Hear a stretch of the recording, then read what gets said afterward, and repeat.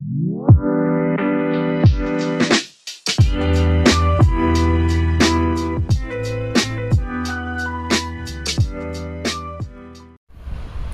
राम बच्चों, welcome back to your channel versatile educator. So last video तक हमने complete किया था अपना अकाउंट्स और आज हम शुरू करेंगे इकोनॉमिक्स। सो किसके लिए बेनिफिशियल है ये आप देख सकते हो, 11th वाले देख सकते हो, आप 12th वाले देख सकते हो, सीए फाउंडेशन वाले भी देख सकते हो, बहुत फाउंडेशन ही है ये सारी चीज़ें। तो एक बार आपका ये भी क्लियर हो जाता है इकोनॉमिक्स, तो एग्ज़ाम में आपके लिए बहुत बेटर होता है। So let's start about the economics. हाँ, अब देखो 11 12 वाले तो चलो ये इकोनॉमिक्स पॉइंट ऑफ व्यू से देख सकते हैं, भी सीए फाउंडेशन वाले भी इकोनॉमिक पॉइंट ऑफ व्यू से देख सकते हैं, पर इनका बहुत रिलेटेड इस बिजनेस इकोनॉमिक्स है सीए फाउंडेशन के लिए। हाँ, पर आपको बहुत बेस चाहिए तो आप ये वीडियो देख लो और आपका काम हो जाएगा। आपके कोई भी ऐसे फ्रेंड्स भी है तो उनको शेयर करना। तो अब ये बात कब की है ना, लगभग देखो इकोनॉमिक्स समझने से पहले अपन को थोड़ा इसका हिस्ट्री थोड़ा देख लेते हैं कि क्या होता है, कि इकोनॉमिक्स है क्या एक्चुअली में, आया कहाँ से होगा, मॉडर्न डे में इस मॉडर्न दिनों में इनका टर्म्स कैसे यूज़ होता है या कैसे क्या होता है, ये सारी चीज़ों का। तो अब ये लगभग बात है, लगभग ये 2300 साल पुरानी बात है, ठीक है, 2300 साल पहले की बात है। अब अगर 2300 साल पहले की बात करें तो एक शक्तिशाली राज्य था, ठीक है, जिसका नाम था आर्यवर्त। अब सुना होगा आपने आर्यवर्त के बारे में, जिसके राजा थे, king of the Aryavarta was Chandragupta Maurya. Chandragupta Maurya. अब चंद्रगुप्त मौर्य जो राजा थे, अब राजा का काम क्या होता है, राज्य का देखभाल करना, संभालना, राज्य को अपने बच्चों की तरह देखना, ये सारी चीज़ें। पर अब ये राजा अकेला नहीं करता ना, राजा अपनी एक टीम बनाता है। राजा क्या बनाता है, अपनी एक टीम में गुरुजन होंगे उनके, या उनके आर्मी हैंडल करने वाले होंगे, उनके डिफेंस हैंडल करने वाले होंगे, उनके एग्रीकल्चर हैंडल करने वाले होंगे। तो जब आर्यवर्त की बात करते हैं और राजा चंद्रगुप्त मौर्य थे, तो उनमें सबसे जो बुद्धिमान व्यक्ति थे उस टाइम पे, जिनका नाम था चाणक्य, सेज चाणक्य, ऋषि चाणक्य, चाणक्य ऋषि, जिनको अपन बोलते हैं कौटिल्य भी बोलते हैं, जिनको अपन क्या बोलते हैं, कौटिल्य भी। अब इन्होंने वो टाइम पे एक बुक लिखी थी जिसका नाम था अर्थशास्त्र। क्या नाम था, अर्थशास्त्र। अब ये बुक का डिवाइड हो गया दो, ये बुक दो पार्ट में अपन पढ़ सकते हैं। जैसे अर्थ का मतलब होता है वेल्थ, अर्थ का मतलब क्या होता है, वेल्थ और प्रॉस्पेरिटी ऑफ अ देश, of a country, of a nation, what ever you से। तो और शास्त्र का मतलब होता है कि उसका पीछे का साइंस क्या है या उसकी नॉलेज क्या है, उसकी क्या है, नॉलेज क्या है। तो अब अर्थशास्त्र, अर्थ बोले तो क्या था, वेल्थ और प्रॉस्पेरिटी, शास्त्र बोले तो साइंस और knowledge of that wealth, knowledge of that wealth. तो बेसिकली अर्थशास्त्र क्या बताता था हमें, वेल्थ या तो साइंस ऑफ वेल्थ या knowledge of wealth. Science of wealth बताता हमें कि भाई उसके पीछे का साइंस क्या है, वेल्थ को कैसे चलाना है, वेल्थ को कैसे बढ़ाना है, ठीक है। अब इसमें बहुत बड़ा रोल हुआ करता था राजा का, क्योंकि raja was playing a role of an administration, raja was playing a role of an administration. Administration का काम है कि आप अपने राज्य के अंदर सारी चीज़ें देखो, क्या देखो, जैसे प्रोडक्शन एक्टिविटी देखो, जैसे आप है ना, प्रोडक्शन एक्टिविटी के क्या बनाना है, कैसे बनाना है, प्रोडक्शन एक्टिविटी देखिए, साथ साथ में आप क्या देखिए, कंजम्पशन देखिए, आप एक्सचेंज देखिए, कौन सी चीज़ें क्या होगी, कैसे होगी, जिससे आपको इफेक्टिवनेस मिले ना, उन चीज़ों का इफेक्टिवनेस मिले, इफेक्टिवनेस हो या एफिशिएंटली आप चीज़ों को यूज़ कर पाए, without wasting any of your resource, without wasting any of your resource. Efficiently आप चीज़ों को यूज़ करें तो आप कोई भी रिसोर्स वेस्ट नहीं करोगे। तो अब मेन अगर किंग एडमिनिस्ट्रेशन का काम करता है तो इसका काम क्या था, या उनका मानना क्या था, चाणक्य जी क्या मानते थे, जब वो चाणक्य जी से पूछते थे, चाणक्य जी क्या मानते थे कि राज्य का सुख जो भी है ना, वो प्रजा के सुख में है। राज्य का सुख कहाँ बिलोंग करता है, प्रजा के सुख में। अगर कोई भी राज्य में प्रजा सुखी है तो वो राज्य बहुत मतलब निपुण है सारी चीज़ों के अंदर।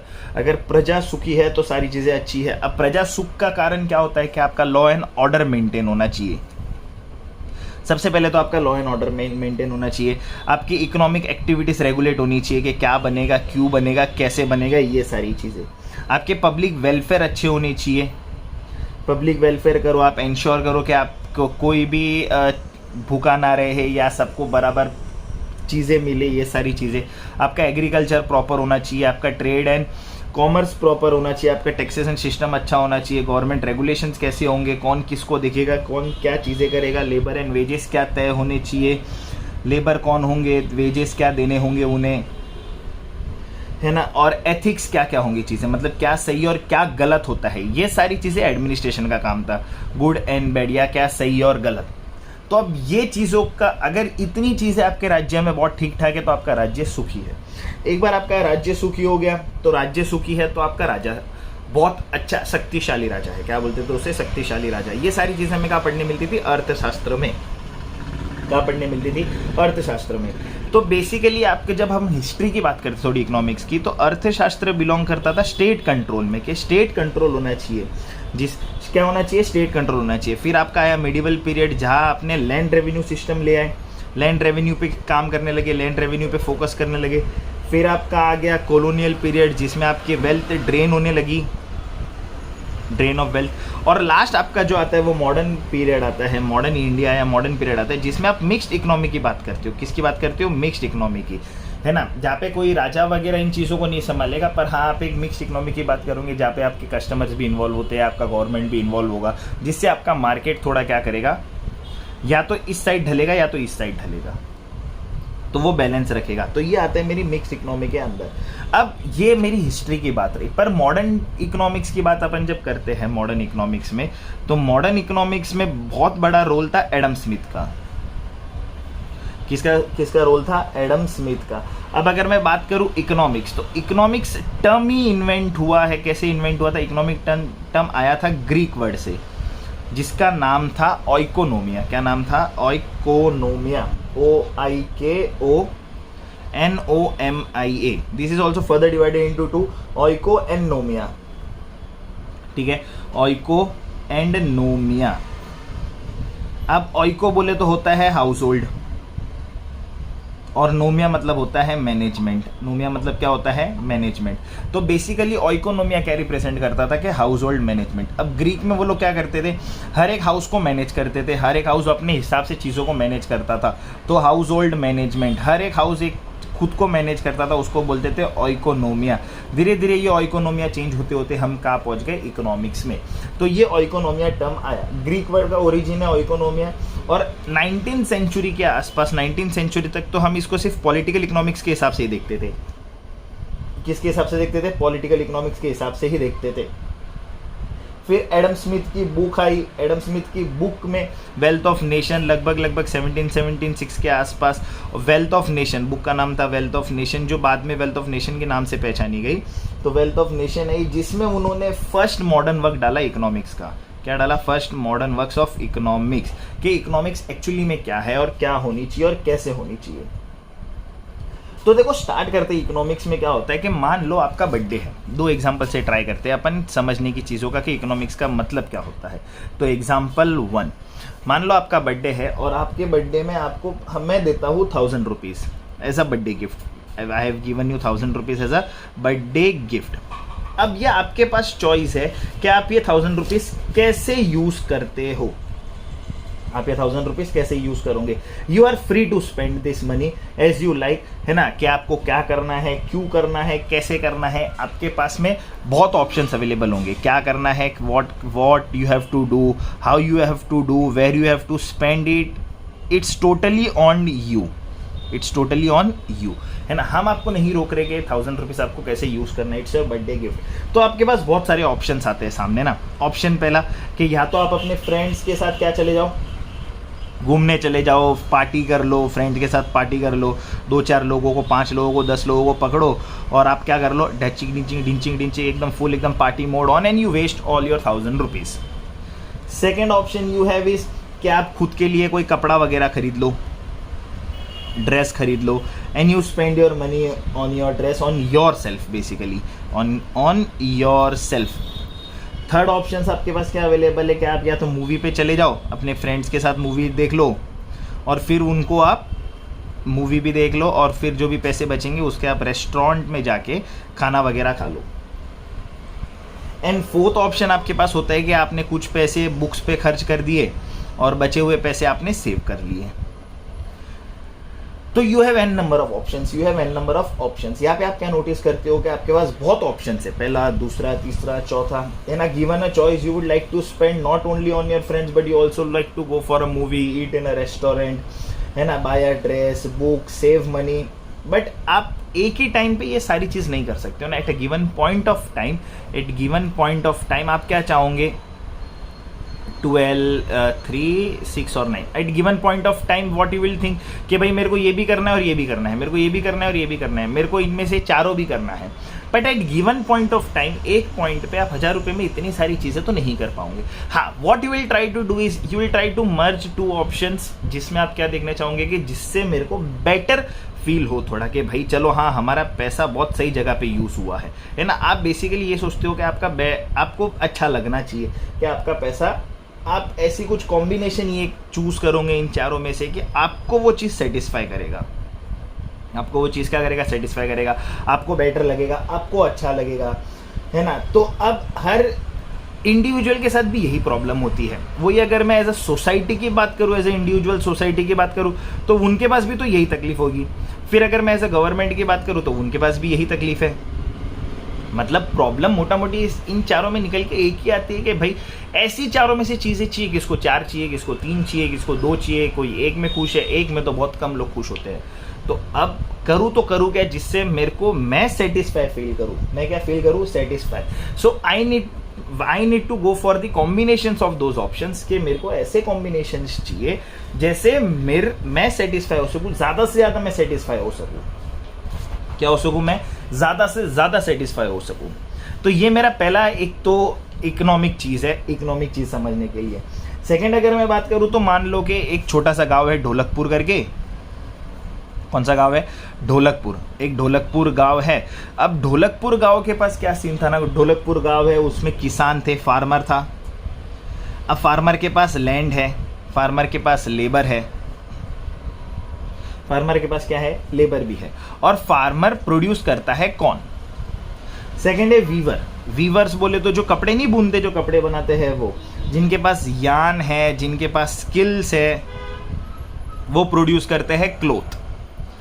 थर्ड जो वहाँ पे है टीचर। टीचर क्या करते हैं, उनके पास नॉलेज है, वो नॉलेज प्रोवाइड करते हैं।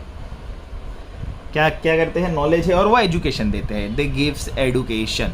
और फोर्थ मेरे पास वहाँ है जो लेबर, जिनके पास सिर्फ क्या है, जिनके पास अपना लेबर ही है, has only labour, they can only provide their labourship. अब देखो, फार्मर था, लैंड, लेबर और कौन प्रोड्यूस करता था, वीवर था, आर्न, स्किल्स और क्लोथ प्रोड्यूस करता था, है ना। वीवर क्लोथ प्रोड्यूस करेगा, टीचर को नॉलेज है तो एजुकेशन देगा, और लेबर के पास लेबर है।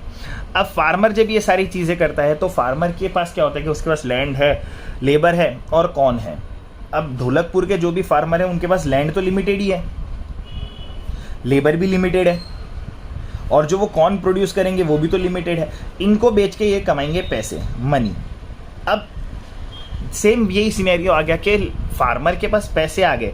नाउ फार्मर विल सी के हाउ ही और she has to spend this money enough के भाई वो अपने चीज़ों को सेटिस्फाई कर सके, वो खुद को सेटिस्फाई कर सके। सेम वीवर, उसके पास यान था, स्किल था, उसने कपड़े बनाए, कपड़े उसने बेचे, कपड़े उसने क्या कर दिए, बेच दिए। अब उसके पास जितना यान है वो रिसोर्सेस उसका जो है वो लिमिटेड रिसोर्सेस होगा, क्योंकि एक ही व्यूअर होगा तो पैसे लिमिटेड होंगे। तो उसने यान खरीद लिया, मनी से क्या खरीद लिया, यान खरीद लिया, पैसे उससे अपने स्किल्स लगा के उसने कपड़े बना दिए, स्किल्स लगा क्या बना दिए, क्लोथ बना दिए। सेम वापस उसने पैसे कमाए। अब सेम वो चीज़ है कि इसको ऐसी चीज़ें करनी है उन पैसों के साथ, या तो ये वापस रिसोर्सेज खरीद के वापस वही प्रोसेस करे, या फिर ये खुद की बेसिक एम्यूनिटीज़ या बेसिक चीज़ों को, बेसिक लाइफस्टाइल मेंटेन करने के लिए चीज़ पे खर्च कर दे।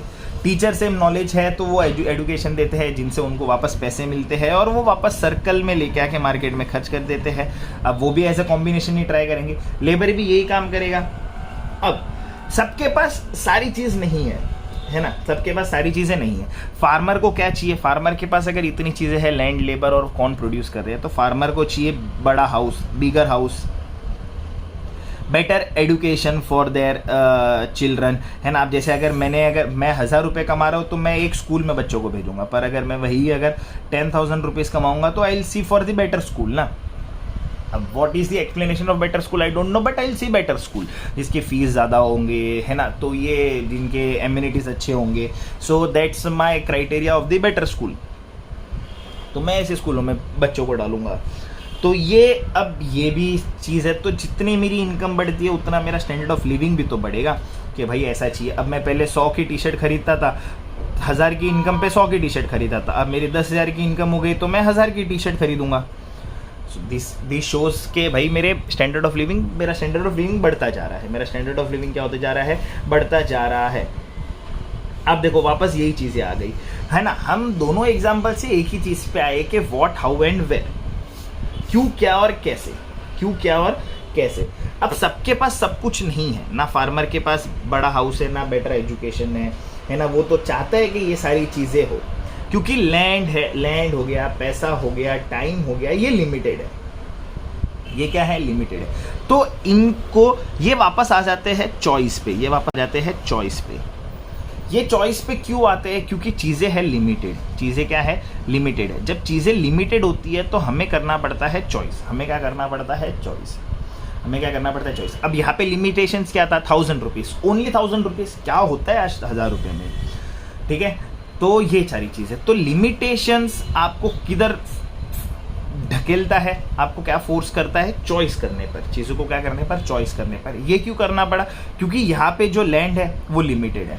मतलब यहाँ पे जो रिसोर्स है, land as a resource is a limited, labour as a resource as a limited. अब ढोलकपुर की एक जमीन एक लिमिटेड ही, तो मान लो यही पूरा ढोलकपुर है। अब ढोलकपुर इसके बाहर चीजें नहीं कर सकता। ढोलकपुर वाले लोगों को चीजें करनी है तो इसके अंदर ही करनी है ना, कि भाई ढोलकपुर के हैं और हम यहाँ चीजें करते हैं। अब ये बाहर जाके वो चीजें नहीं कर सकते, क्योंकि ढोलकपुर का लैंड ही ये है, मतलब लिमिटेड है, टाइम लिमिटेड है, इनके पास पैसा लिमिटेड है। तो इनको कोई चीज चूज करनी पड़ती है। Just because of limitations of everything, limitation of resources, they are forced to choose, they are forced to choose. और जब वो चॉइस पे आते हैं तो उन्हें कोई ना कोई चीज सेक्रीफाइस करनी पड़ती है। उन्हें क्या करनी पड़ती है? कोई ना कोई चीज सेक्रीफाइस करनी पड़ती है। तो अब देखो, इन दोनों एग्जाम्पल से हमने ये सीख लिया कि जब आपके पास रिसोर्सेज लिमिटेड है, it will force you to choose something, and when you go on that choice part, choose करने वाले पार्ट पे जाओगे तो आपको कोई ना कोई चीज सेक्रीफाइस करनी पड़ेगी। कोई ना कोई चीज क्या करनी पड़ेगी? Sacrifice, just because of resources are limited. Just because of resources are limited. When resources are limited, जब आपके पास रिसोर्सेस लिमिटेड है तो आपको चीजों को क्या करना पड़ेगा? चूज करना पड़ेगा। चॉइस के रास्ते पर जाना पड़ेगा, जिसमें आपको चीज़ों को चूज करना पड़ेगा, और चूज करते टाइम आपको दूसरी चीज़ों को सेक्रीफाइस करना पड़ेगा। ये मेरा पूरा साइकिल है। ये मेरा क्या है? पूरा साइकिल है। अब सबके पास सारी चीज़ नहीं होने के कारण, लिमिटेड रिसोर्सेस होने के कारण है ना, क्योंकि सबको क्या चाहिए? पैसा चाहिए। और पैसों को वो ऐसे तरीके से, ऐसे कॉम्बिनेशंस में खर्च करना चाहते हैं कि जैसे वो उनको ज़्यादा से ज़्यादा सेटिस्फेक्शन प्रोवाइड करे। क्या प्रोवाइड करे? ज़्यादा से ज़्यादा सेटिस्फेक्शन प्रोवाइड करे। तो अब सबको पैसा चाहिए, क्योंकि सबके पास पैसा नहीं है भाई, हर कोई के पास पैसा नहीं है ना, सबके पास पैसा है क्या? नहीं। और रिसोर्सेज लिमिटेड होने के कारण अपन कहाँ चले गए? चॉइस पे गए, चूज करना पड़ा। और चूज करने के लिए अपन को, कोई भी चीज़ चूज करने के लिए अपन को दूसरी चीज़ सेक्रीफाइस करनी पड़ती है। अब रिसोर्सेज लिमिटेड है मतलब स्कैर है ना। रिसोर्सेज क्या है? स्कैर। जब रिसोर्सेज स्कैर है तो हमें क्या, तो रिसोर्सेज जब स्कैर होते हैं, स्कैरसिटी ऑफ रिसोर्सेज होता है या स्कैर्स होते हैं या स्कैरसिटी ऑफ रिसोर्सेज होती है, तो इट फोर्सेस अस या it give rise to the problem of choice. जब रिसोर्सेज क्या है, मेरे पास स्कार है या स्कैर है, स्कार तो वो निशान हो जाता है, स्कैर रिसोर्सेज है मेरे पास, तो इट फोर्सेस, किसको क्या फोर्स करता है? किसको राइज करता है? It give rise to the, है ना, प्रॉब्लम ऑफ चॉइस। और जब मैं प्रॉब्लम ऑफ चॉइस पे जाता हूँ, प्रॉब्लम ऑफ चॉइस पे जाऊंगा, तब मैं सेक्रीफाइस करूंगा। तब मैं क्या करूंगा? सेक्रीफाइस करूंगा। तब मैं क्या करूंगा? सेक्रीफाइस करूंगा। तो मोटा मोटी बड़ा यही खेल है। You need combination of such things where you get satisfy, और for that satisfaction you need to see के where you have resources limited और अनलिमिटेड। अब पूरे इंडिया की बात भी करूँ और पूरे वर्ल्ड की बात भी करूँ तो रिसोर्सेज मेरे पास लिमिटेड ही है। मेरे पास इतना एक्सट्रीम रिसोर्सेज नहीं है, रिसोर्सेज लिमिटेड है। तो हम ऐसा ट्राई करते हैं कि उन रिसोर्सेज को हम इस कॉम्बिनेशन में यूज़ करें जहाँ पे हमको क्या मिले? बहुत ज़्यादा से ज़्यादा सेटिस्फेक्शन मिले, है ना। और हम रिसोर्सेज वेस्ट ना करें। बेसिकली हम रिसोर्सेज क्या ना करें? वेस्ट ना करें। तो इस पूरे इकोनॉमिक्स की चीज़ों का, जब स्कैर रिसोर्सेज होते हैं तो आपको चॉइस करना पड़ता है है ना, to satisfy your wants, to satisfy your wants, needs, जो भी आप बोलो। नीड तो बेसिकली आपकी फुलफिल हो ही जाती है, क्या चाहिए, रोटी कपड़ा और मकान, मकान फिर अपन नहीं पकड़ते रोटी और कपड़ा, ठीक है, बहुत छोटी चीज़ में अपन रोटी और कपड़ा पकड़ लेते तो चलो ये भी सॉर्टेड है, रोटी और कपड़ा। पर आपके वांट सेटिस्फाई करने के लिए आपको ये वाला पाथ फॉलो करना ही पड़ेगा। अब यहाँ से मेरे को पता है कि ह्यूमन्स हैव अनलिमिटेड वांट्स। सबसे पहला तो एक तो मेरा देखो फंडामेंटल क्या है, ह्यूमन्स हैव अनलिमिटेड वांट्स। अगर ह्यूमन्स के पास अनलिमिटेड वांट्स है, सबको सब कुछ चाहिए, सबकी डिज़ायर है, पर फुलफिल तो नहीं हो सकती, ठीक है। तो ह्यूमन्स हैव अनलिमिटेड वांट्स, पर उसके अगेंस्ट में अपने पास क्या है, and to satisfy this unlimited wants the resources we have it's relatively scarce. Relatively क्या है, scarce, comparative with their wants, अपने पास रिलेटिव में उसके पास वो रिसोर्सेज जो अपने पास है वो क्या है, स्केयर है। मतलब सब्जेक्ट मैटर यही है इकोनॉमिक्स में कि अपन सबकी एक पॉइंट ऑफ टाइम में तो सबको खुश नहीं रख सकते।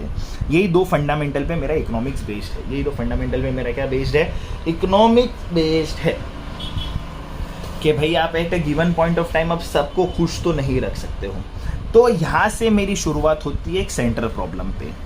क्या शुरुआत होता है मेरा, central problem of an economy. अब central problem of an economy की बात करूँ तो देखो एक प्रॉब्लम तो है यहाँ पे।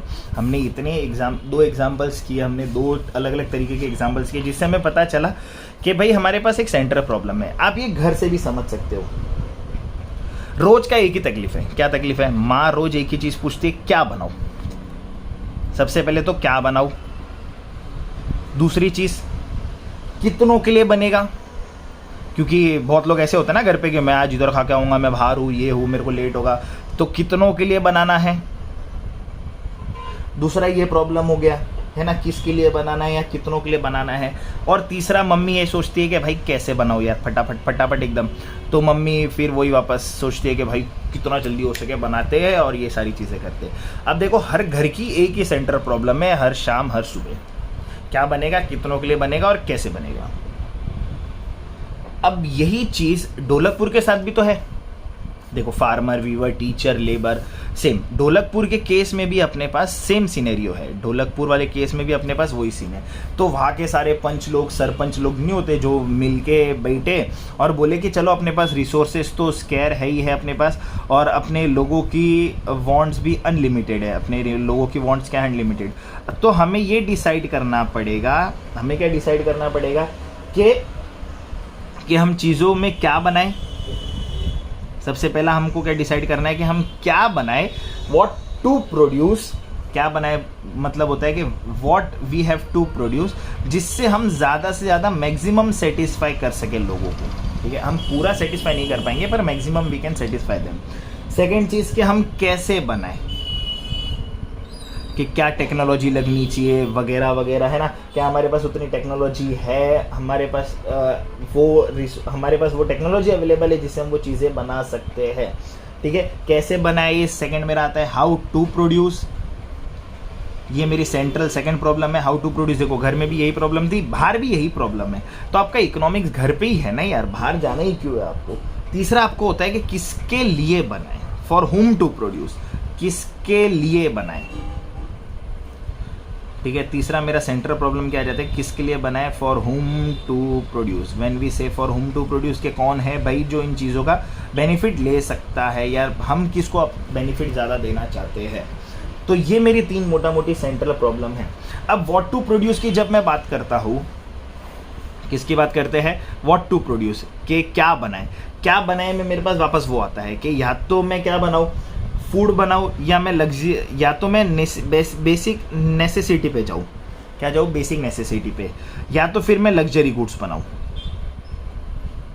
क्या बनाऊँ, luxury goods. Depends on the context, depends on the Dholakpur के भाई इनको क्या अब इनको क्या चाहिए वो टाइम पे, ठीक है। या तो वो बेसिक फूड पे जा सकते हैं या वो लग्जरी गुड्स पे जा सकते हैं। Second, they can go on consumer goods और they can make capital goods. Consumer goods और कैपिटल गुड्स। आप कंज्यूमर गुड्स बोले तो क्या होता है, कंज्यूमर गुड्स बोले तो वो गुड्स होते हैं जो डायरेक्टली आपके कस्टमर को सेटिस्फाई कर रहा है, ह्यूमन वांट्स को सेटिस्फाई कर रहा है। भाई कैपिटल गुड्स आपको क्या देता है, कैपिटल गुड्स आपको वो चीज़ें प्रोवाइड करता है जिससे आप फर्दर प्रोडक्शन कर सकते हो गुड्स एंड सर्विसेज की, है ना। कैपिटल गुड्स में आप मशीन्स वगैरह भी जा सकते हो कि आपने मशीन बना दी जो आपको फर्दर हेल्प करेगा प्रोड्यूस करने में और गुड्स और सर्विसेज। और वही अगर मैं कंज्यूमर गुड्स की बात करूँ तो खाना वाना आपने दे दिया, ब्रेड वगैरह, रोटी वगैरह, ये सब आपने, ये सब कुछ ऐसी चीज़ें बनाई जो डायरेक्टली कंज्यूमर्स को सेटिस्फाई कर रहा है, ठीक है। तो व्हाट टू प्रोड्यूस, अब मैं और क्या बनाऊँ, तो या तो मैं एग्रीकल्चर प्रोडक्ट बनाऊँ, या मैं इंडस्ट्री प्रोडक्ट्स बनाऊँ, या मैं इंडस्ट्री पे जाऊँ, या मैं कहाँ जाऊँ, इंडस्ट्री पे जाऊँ, इंडस्ट्री। तो ये मेरा व्हाट टू प्रोड्यूस का एक मेन प्रॉब्लम होता है सेंट्रल प्रॉब्लम में, कि बनाऊँ क्या बनाऊँ, व्हाट टू प्रोड्यूस के क्या बनाऊँ, सबसे पहले तो मेरा यही है। फिर दूसरा हाउ टू प्रोड्यूस में आ जाता है मेरा सेकंड, जो मेरा सेंट्रल प्रॉब्लम है हाउ टू प्रोड्यूस। उसके लिए मेरे को चाहिए कि भाई अपने पास टेक्नोलॉजी क्या है, चॉइस ऑफ टेक्नोलॉजी क्या है अपने पास, या अपने पास अवेलेबल टेक्नोलॉजी क्या है। चॉइस ऑफ टेक्नोलॉजी तो ठीक है, पर अवेलेबल टेक्नोलॉजी क्या है, जिससे मेरे को ये पता चलेगा अवेलेबल टेक्नोलॉजी के हिसाब से कि whether I want to make a labour intensive goods और कैपिटल इंटेंसिव गुड्स। मतलब आपको अगर लेबर से आपको चीज़ें बनवानी है या आपको मशीनरी से चीज़ें बनवानी है, labour intensive goods and capital intensive goods. How to produce, कैसे बनेगी चीज़ें, या तो लेबर ज़्यादा लगेंगे, मशीनरी ज़्यादा लगेगी, क्या लगेगा आपको। तो ये आता है मेरा second problem, how to produce. Third जो मेरा आपका जो केस है यहाँ पे, थर्ड जो सिनेरियो आपका, कैसे बनाओ for whom to produce. Whom to produce बोले तो हर एक सोसाइटी में सारे अमीर है नहीं, सारे गरीब है नहीं। तो whom to produce, whom to produce के लिए वही वापस रिच के लिए बनाओ या पुअर के लिए बनाओ। इनकम डिस्ट्रीब्यूशंस कैसे होना चाहिए ताकि भाई दोनों में प्रॉपर इनकम डिस्ट्रीब्यूशंस हो और मार्केट भी चलता रहे। और मिनिमम कंजम्पशन क्या रखे अपन, मिनिमम कंजम्पशन अपन क्या रखे ताकि कोई भी ज़्यादा लेके अपने पास स्टोर ना कर ले और वो चीज़ों को वेस्ट ना कर ले। तो अपन मिनिमम कंजम्पशन रखते हैं, अपन क्या रखते हैं, मिनिमम कंजम्पशन। तो सेम वापस आ गया कि हर कोई अमीर और हर कोई गरीब नहीं है। तो हमें ये भी देखना है अपने सोसाइटी के अंदर कि भाई चीज़ें बनेगी किसके लिए। अगर या तो सारी चीज़ें रिच के लिए बनेगी तो पुअर लोग फिर क्या करेंगे, मर जाए। सारी पुअर के लिए बनेगी तो रिच क्या करेंगे। तो हमें वो डिस्ट्रीब्यूशंस प्रॉपर रखने पड़ेंगे, मिनिमम कंजम्पशन हमें प्रॉपर देखना पड़ेगा ताकि क्या हो कि कोई भी भूखा ना रहे, कोई भी भूखा ना रहे। अब जब ये सेंट्रल प्रॉब्लम होती है कि किसके लिए बनेगा, क्यों बनेगा, कैसे बनेगा, अब इससे जन्म होता है आपका पीपीएफ का। पीपीएफ बोले तो क्या होता है, पीपीएफ का मतलब होता है production possibility frontier. Production, second जो मेरा कंसेप्ट है, प्रोडक्शन पॉसिबिलिटी फ्रंटियर, पीपीएफ, जिसका नाम है पीपीएफ। अब ये क्या बताएगा कि जो भी प्रोड्यूसर होता है, अब ये प्रोडक्शन से रिलेटेड है। तो अब देखो यहाँ पे सबसे पहला तो यही है मेरा कि what to produce and how to produce, what to produce and how to produce.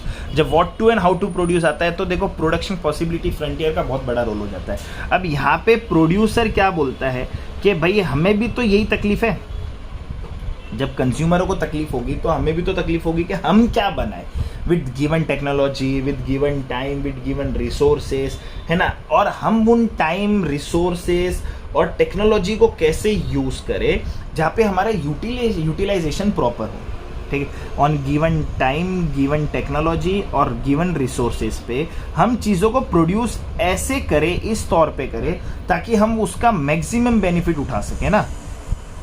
क्या उठा सके, मैक्सिमम बेनिफिट उठा सके।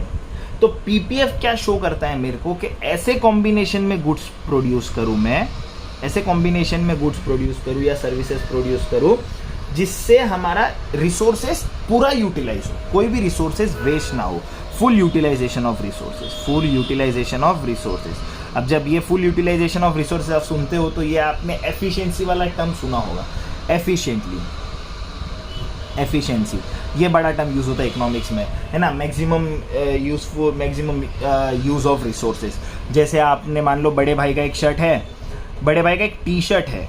अब ये हर घर की कहानी है, ये पहले बड़ा भाई पहनेगा, बड़ा भाई फर्स्ट नंबर, फिर ये जब बड़ा भाई बड़ा हो गया फिर सेकंड नंबर वाला भाई पहनेगा ये चीज़, फिर थर्ड नंबर पे वो विरासत जाएगी, तीसरा भाई ये पहनेगा टी शर्ट। अब ये देखो, ये होता है maximum utilisation of resource, optimum utilisation of resources जिसको अपन बोलते हैं। पहले भाई ने पहन लिया, दूसरे भाई ने पहन लिया, तीसरे भाई ने पहन लिया।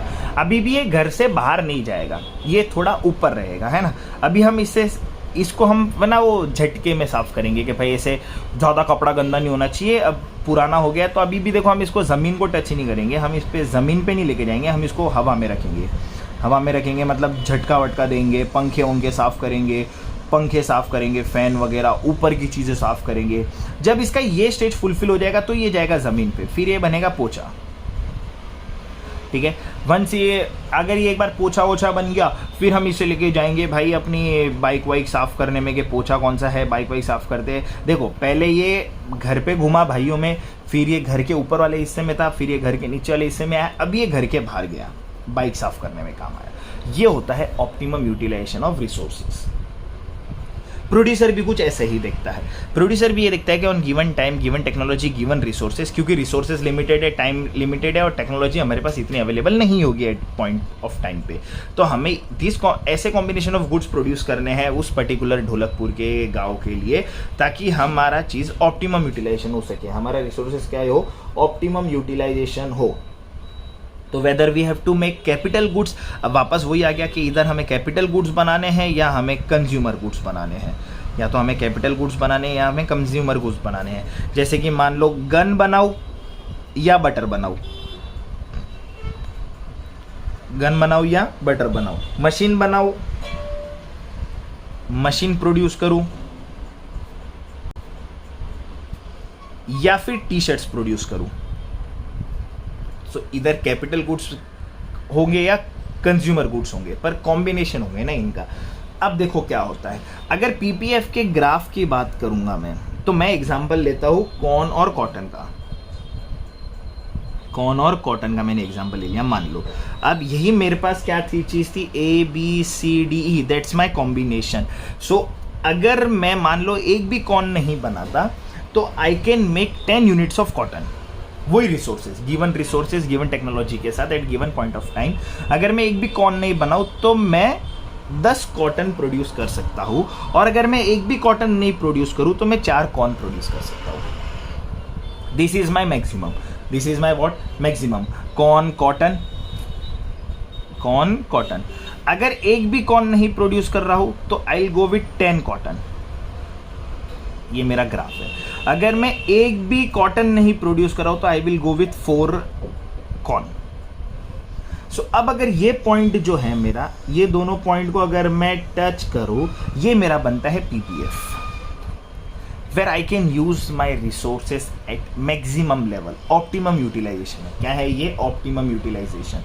तो क्या इसके बाद इसके बीच में हो सकता है? यस, मैंने एक कॉर्न बनाया जिससे मेरा क्या हुआ, मेरा एक कॉटन कम हो जाएगा। अगर मैं कॉर्न पे स्विच करता हूँ तो मेरा कॉटन कम होगा। तो देखो कॉम्बिनेशन क्या बनेगा, 1 कॉर्न 9 कॉटन। फिर मैंने कॉइन अगर बढ़ाता हूँ तो मेरा कॉटन और कम होगा, मैं कॉइन अगर और बढ़ाता हूँ मेरा कॉटन और कम होगा। ठीक है, सो ये कॉम्बिनेशन होंगे 1 2 3 4 5, दिस इज मैक्सिमम कॉम्बिनेशन। तो या तो 10 कॉटन बनेंगे तो एक भी कॉर्न नहीं बनेगा, और 4 कॉर्न बनेंगे तो एक भी कॉटन प्रोड्यूस नहीं होगा। So this curve is known as slope, और ये स्लोप होता है अपना पीपीएफ, जहाँ पे अपने रिसोर्सेज मैक्सिमम तौर पे यूज हो रहे हैं। मैक्सिमम तौर पे रिसोर्सेज यूज करना, ये होता है मेरा PPF, production possibility frontier, production possibility frontier. तो ये होता है मेरा पीपीएफ। अब अगर इसके नीचे यूज कर रहा हूं, मतलब मैंने प्रॉपरली रिसोर्सेज यूज नहीं किए, मतलब इनएफिशिएंटली रिसोर्सेज यूज किए, इसके ऊपर तो नॉट अटेनेबल है ना भाई, मैं इन चीजों को अटेंड ही नहीं कर सकता, क्योंकि यही मैक्सिमम चीज बनेगा, इसके ऊपर मेरा ग्राफ जाएगा ही नहीं, इसके ऊपर मेरा ग्राफ जाएगा ही नहीं। सो अटेंड ही नहीं कर सकता, दैट्स एन इम्पॉसिबल चीज for me on at a given point of time.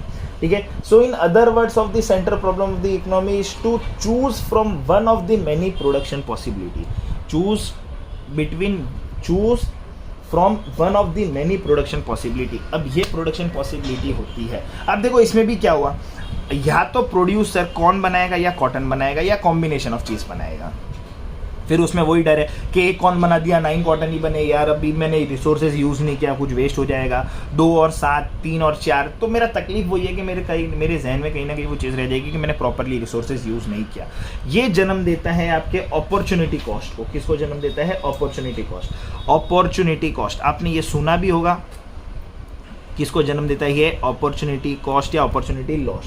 अब अपॉर्चुनिटी क्या होता है? To get 1 more unit of corn, villagers या producer have to sacrifice cotton. सही बात है, to get 1 more unit of corn they have to sacrifice 1 unit of cotton.